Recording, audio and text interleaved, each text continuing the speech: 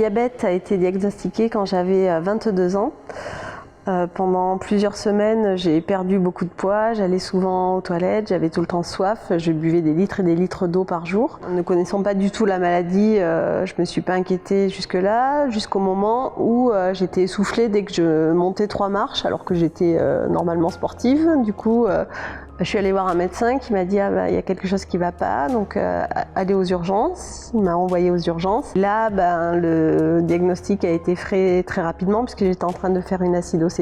Du coup, on m'a mis en soins intensifs pendant 2 jours sous pompe à insuline. Au bout de 2 jours, je suis allée dans le service de diabétologie où on m'a expliqué que j'allais vivre toute ma vie avec un diabète de type 1 et que j'allais me faire des piqûres d'insuline pour le traiter.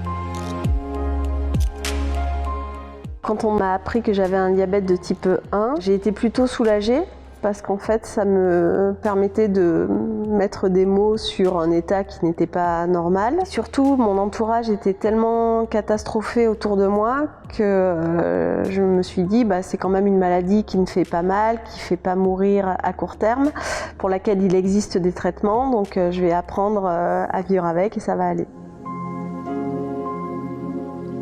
Au début de mon diabète, ma vie a forcément été beaucoup modifiée. D'une part, à cause du traitement par insuline où je faisais pas mal d'hypoglycémie. Ensuite, au niveau alimentaire, le fait d'être obligée de manger toujours les mêmes quantités de glucides, je trouvais pas ça très agréable. Et surtout, le fait de devoir me piquer 2 fois par jour aux mêmes heures tous les jours de l'année, ça c'était très embêtant parce que ça ne s'adaptait pas à mon rythme de vie en fait.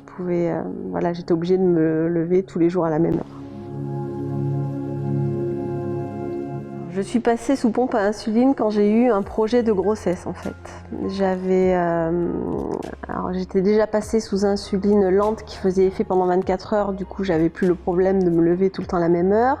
J'avais fait un stage d'insulinothérapie fonctionnelle qui me permettait de manger de façon plus proche de mes besoins plutôt que de façon imposée. Donc moi j'avais un traitement qui me convenait à peu près, sauf que mon hémoglobine glyquée était quand même pas très bonne parce que je prenais pas forcément le temps de faire mes injections ou de m'occuper du diabète. Quand j'ai voulu avoir un enfant, ma diabétologue m'a dit que ça serait peut-être plus facile pour moi de mettre une pompe à insuline.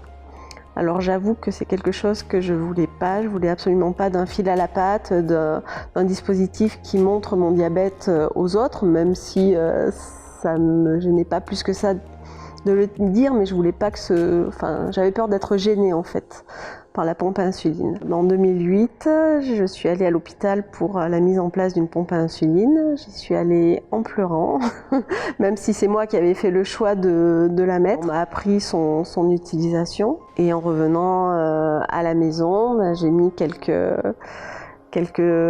temps à m'habituer à l'intégrer dans mon schéma corporel en fait. Les bénéfices par contre je les ai vus tout de suite puisque mon hémoglobine glyquée est passée de 8% à 6,5% en à peine 3 mois, ce qui m'a permis de lancer un projet bébé. Mon entourage, quand je suis revenue à la maison avec la pompe, a été très aidant. Ma maman est même venue avec moi lors de la mise en place de la pompe parce que j'avais besoin de soutien. Et mon mari, c'est lui aussi, quand on avait discuté du projet bébé, qui m'avait encouragée à essayer ce traitement. Donc vu que moi-même, j'étais pas très à l'aise au départ avec la pompe à insuline, mon entourage a été très aidant pour ça, pour l'accepter, pour me dédramatiser et pour me montrer les avantages que ça avait.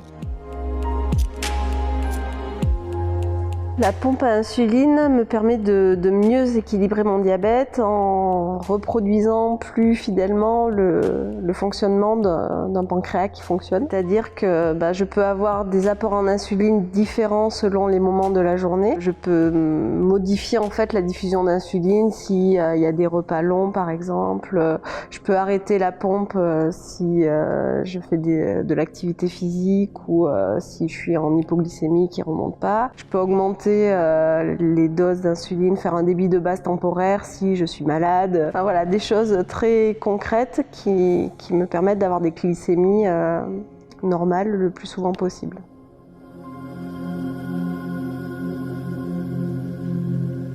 Aujourd'hui, je suis très satisfaite de l'accompagnement de mon infirmière Isis Diabète. D'une part parce qu'elle est réactive, je suis un peu chat noir, j'ai eu quelques soucis avec des soucis techniques et donc dès que j'ai eu des problèmes, j'ai pu appeler mon infirmière ou à d'autres occasions l'astreinte et j'ai été dépannée dans le quart de journée.